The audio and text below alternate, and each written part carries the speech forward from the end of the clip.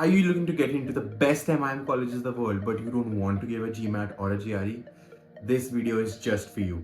We're going to be discussing the best colleges of the world, not just few of those colleges, tier 2, tier 3 options, but literally the best colleges of the world, colleges like Booth and other options that you could get into without giving a GMAT GRE. But of course, there are some strings attached to it. What are the pros, cons of those colleges? We'll discuss everything.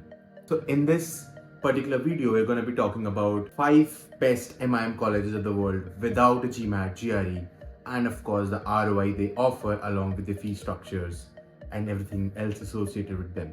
Why should you listen to me though? Hi guys, I'm Kevin, founder of AlConnect.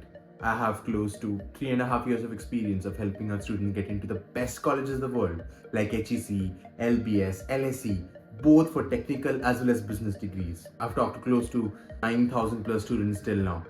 And I assure you, whatever advice I'm going to be giving you, it's going to be extremely unbiased and 100% honest because I genuinely want to help you.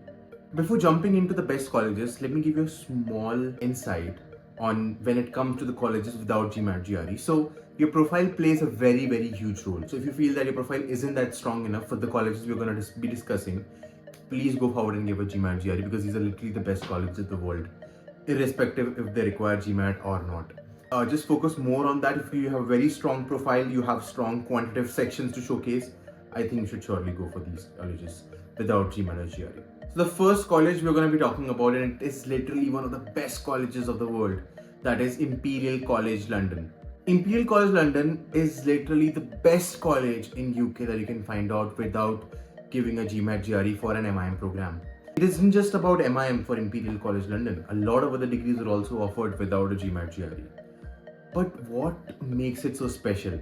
It consistently ranks in the top 10 QS rankings for the past 6 years that I have noticed at least, as well as FT rankings, and almost all the courses are in the top 5 or top 10. Talking about the minimum requirements for Imperial College London. The minimum requirements for Imperial College London first is CGPA. So you need bare minimum of 8 CGPA if you are from a tier 2, tier 3 college. If you're from a tier 1 college, maybe something like IIT or Delhi universities, on Imperial there is a list of colleges they have put up that you can just go to and see if your college is there or not. You are eligible to apply with a 7.5 also. That said, they have recently made a small shift in their MIM program. Previously, they used to have like 2 MIM programs, one which was made for business professionals and one which was made for people who do not have a business background. And only for people who don't have a business background, the GMAT requirement was waived off. So now they have combined both, so the program has become even more competitive right now. And of course, in the application portal also, if you go, you will be able to see that some places there are some quantitative requirements. So I would highly suggest you guys to have a GMAT. If you don't have a technical degree in your background, it was highly advisable. At least from the requirements of this year, I can see that happening. But again, if you feel that otherwise your profile is strong enough, there is still a chance without a GMAT GRE. Talking about the fees for Imperial College London can be anywhere around £45,000, and living expenses in London are going to be anywhere around £15,000 overall for the whole year. So maybe you can say like 15 to 18 lakhs is what you might be spending on your living expenses for a whole year. So Imperial is actually known for its curriculum where they sort of blend business with technology. And if you go to the electives, courses, etc., see that how it is definitely a bit different than the other colleges that we are going to be discussing, and otherwise also. So it is definitely a personal suggestion of mine to target Imperial College London if you have the minimum eligibility criteria and if you feel you have a really strong story to get into that college. That said, the next college that we are going to be talking about is even better. But just to finish off, Imperial College London is one of the most famous alumni from Imperial College London is Mr. Rajiv Gandhi ji. He is also an alum from Imperial College London. Before that, just a quick note, the class size of Imperial is anywhere around 180 to 185 students, and the acceptance rate should be anywhere around 15 to 20%. That we can say varies degree to degree, but for MIM it should be around 15-20%. And the employability rate is anywhere around 92% for Imperial College London, specifically for MIM. Next college, as I mentioned, which I personally feel is even better than Imperial College London, is NUS. That is National University of Singapore, situated in Singapore. It's the best college for almost all the courses in Asia. And the way the program is over there, the feedbacks we've gotten, I personally have gotten from the students we have helped get into NUS is really nice. better choice if you want to stay in Asia and you have something you want to create of your own, some entrepreneurial venture that you want to do. Apart from that, so the requirements for NUS, they are not straightforward GMAT optional.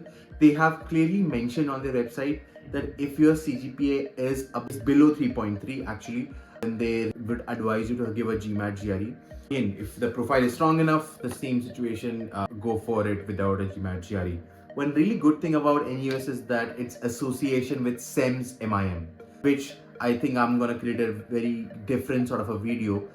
Just to give a small brief, SEMS MIM SEMS is like an organization. A lot of top colleges, where colleges like HEC, NUS, Cornell, UCD, RSM, these sort of colleges are a part of it. There are a few more, and they allow you to do exchanges between colleges. So that's a very good option. Of course, there are different eligibility criteria towards the SEMS programs, which we'll discuss in a separate video, but I think that's a very good option. One really good thing about NUS is that there is no minimum CGPA to apply. So if you feel that you have a very low CGPA, it could still be an option you can target, although with a GMAT in that case. So that's one suggestion. And one really good thing about Singapore's NUS, a piece of NUS would be anywhere around 55,000 Singaporean dollars. And I think, I'm not so good with the conversion, but I think that would be anywhere around 45 lakhs. Not so sure, could be wrong. It has really good employment statistics. At least I was not able to do a specific research on this, but from what I remember, I think the employment rate would be anywhere around 93 to 94%. Few of the very famous notable alumni, I don't think I should be naming those because most of you might not know, but the Prime Minister of Singapore, I think, or I think we can say the Home Minister of Singapore is a pass out from NUS. Apart from that, I couldn't find anyone very famous, or at least a very famous Indian from NUS. So talking about the next college, which I feel is still below Imperial and NUS in terms of rankings, but still one of the best colleges of the world, stands 9th in the world right now for their MiM program. And the best part is you can apply without a GMAT GRE, and the name is University College London. From the feedbacks I've gotten, the faculty, the sort of resources they provide, they're exceptional out there. One small constraint with, again, UCL is the fact that they are very GPA centric. I mean, I would suggest you to have at least 8 GPA. From what I remember, I think they also taken a couple of candidates similar to Imperial College London with 7.5 as well. The batch size of UCL is anywhere around 150 students. The tuition fee would be anywhere around 40,000 pounds, and the median salary also, it really depends on what you are doing. But for something like finance, it could go anywhere around, I think, 60 to 70,000 pounds. Also for other roles, it would be around 50, 45-ish overall. Few of the most famous alumni, one I think who's sort of really trending right now, Chris Martin, one of the lead singers of Coldplay, is a pass out of UCL. Even the great Shri Mahatma Gandhi ji was also a pass out of UCL. So you surely would want that name attached to you. Overall, I feel UCL is definitely a great choice. Given it's in the central London. It's even better for if you want to do something in consulting and finance. Then again, the next college we're talking about, and if in any case you're eligible for a GMAT waiver over there, you should just close your eyes and target that, which is Kellogg School of Management, which is part of the Northwestern University, one of the best universities in the world for almost all the courses they offer. It is situated in Vanston, which is nearby Chicago. Its MBA program is a very well regarded program. See, till now, if we talk about the other colleges that we discussed, while their MIM programs are really great, Kellogg's MIM program is not still, at least in terms of rankings, best program in the world, and that's really because US programs are comparatively newer MIM program that's going to climb up to maybe top 3, top 4 in the next 2 years. That's what I personally feel. The best part is that you are studying in a college which for an MBA is in the top 10 in the world, while for other colleges that's not the case. So I mean, that's a great opportunity for anyone going out there, and the best part is that if you have an overall CGPA of 3.4 and above, you are eligible for a GMAT GRE waiver. That's it. Again, it's not just CGPA part. Profile plays a very important role to get into Kellogg. You should definitely do some analysis. Reach out to people from LinkedIn who are currently doing their MIM from there, and maybe compare your profiles to them. You'll see whether you need a GMAT or not. But there is still an option. If the profile is too good and then GMAT is a constraint, you can surely go for it. Otherwise, I would suggest you to give GMAT and then apply to Kellogg. that would give you a better chance. In my recent research, I saw there were a lot of business grads getting into Kellogg, although I've also seen a couple of students who had a technical degree in their undergrad. This is a constraint for US colleges. A lot of colleges, like maybe in general, if you talk about Michigan Ross, you talk about Cornell, you talk Chicago Booth, which we're going to discuss next. They all want an engineering undergrad. They don't really want a business undergrad. Right, and they do get that. Even UIUC is a really great program for MIM. They don't want a business undergrad. So that's one constraint for USA. Second concern about Kellogg is that it wants you to have a VES evaluation if you have a 3-year undergrad, right? Even in the other case, if you don't have a 3-year undergrad and your CGPA is not out of 10, then you need to get a VES evaluation done. So what is VES? We'll again, of course, create a different video for it. In short, it's basically a tool, or maybe it's a process, it's an organization that will convert your CGPA that's out of 10 into a 4-pointer, which is what usually people in US get. So it becomes easy for them to evaluate, and it standardizes the process of evaluation of CGPA. This is a sort of a complex and I would say a costlier process. To get your VES evaluation done for one college, it's going to cost you, I think, anywhere around 20,000. If the transcripts are sent electronically, I think it would be cheaper, but it also involves posting from India to VES organization and then VES to whatever college you are targeting. So a bit of a complex process. Talking of the fees, I think it's one of the most expensive MIM programs in the world. It's anywhere around $70,000. But although I feel it's going to be worth it if you get into Kellogg. One very different aspect of Kellogg is that the top 25% of the class are given an admission into the direct MBA program. It's sort of a deferred MBA admission, you can say, which you'll be allowed to take your MBA program in some time. I'm here to do some research on this. We'll make again a separate video on this, but I feel that very good advantage, because you can just graduate from Kellogg, work for like 2-3 years, get the ROI of what you've invested, and then get an MBA. So I think this is a very strong point. Another different point about Kellogg is that while all the other programs, they are okay with you having anywhere around 2 years of experience, since it's an MIM, Kellogg wants you to have less than 1 years of experience by the time you apply. Right? Of course, it has some exceptions. It's not a strict rule, but I've just seen that to be a common point, right? So, I mean, just see to it, try applying as soon as possible if that's in your list. I personally feel the acceptance rate for Kellogg, although it's not specifically mentioned out there, would be anywhere around 10 to 15%. It should be that competitive. And you need to have a minimum of 3 CGPA. Again, it's not out there, but that's what I have seen in the US colleges, that you need to have a 3 out of 4 CGPA minimum, although 3.6 is what's the average of Kellogg. As for alumni, I don't even need to name the alumni. There have been some really great alumni, from the CEO of Burger King to the Prime Minister of Belgium. There are a lot of famous people who have studied from Kellogg. Studying from Kellogg, I think you can easily expect your salary to be anywhere around $70,000 to $90,000, depending upon what you would want to do. Of course, you would have to struggle to get that. You would have to create that sort of a network, reach out to the right people, but I think this is pretty much doable given the college you are from and the market in US. The last college, which I feel is like a hidden college, a lot of people don't even know about it. It's basically Chicago Booth, which has recently launched at MIM, and it's also a STEM MIM. Even Kellogg's MIM was a STEM MIM.